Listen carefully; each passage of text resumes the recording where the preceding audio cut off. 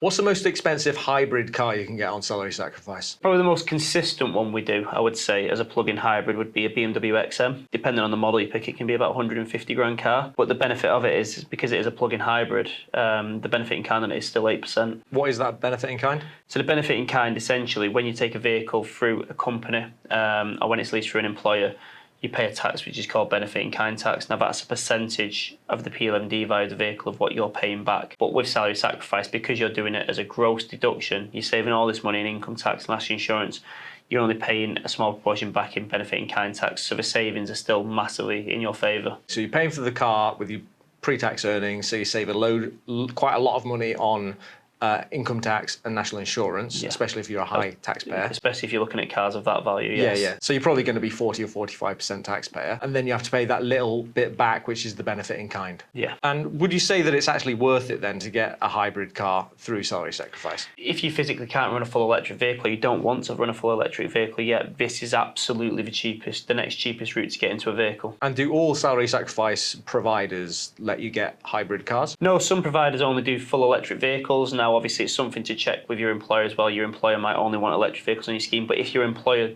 does allow you to have plug-in hybrids as well, absolutely no problem at all. So would you say that, if you aren't quite ready for electric cars, a hybrid or a plug-in hybrid, might be the next best thing for you to get in terms of saving money? Yeah, exactly. I mean, I do a bit of research, look into which plug-in hybrids have a low benefit in kind, because that's probably going to benefit you more through salary sacrifice. But in answer to your question, yeah, it's definitely something to look into. You want that low percentage, don't you? Yeah. What kind of percentage would be good? So I think anywhere between sort of the 5 and 10% mark works out really well. Now, that's not to say it's not going to be cheaper than doing it, but I think you want to keep it as low as possible. And anything sub 10% tends to work out beneficial to you quite significantly.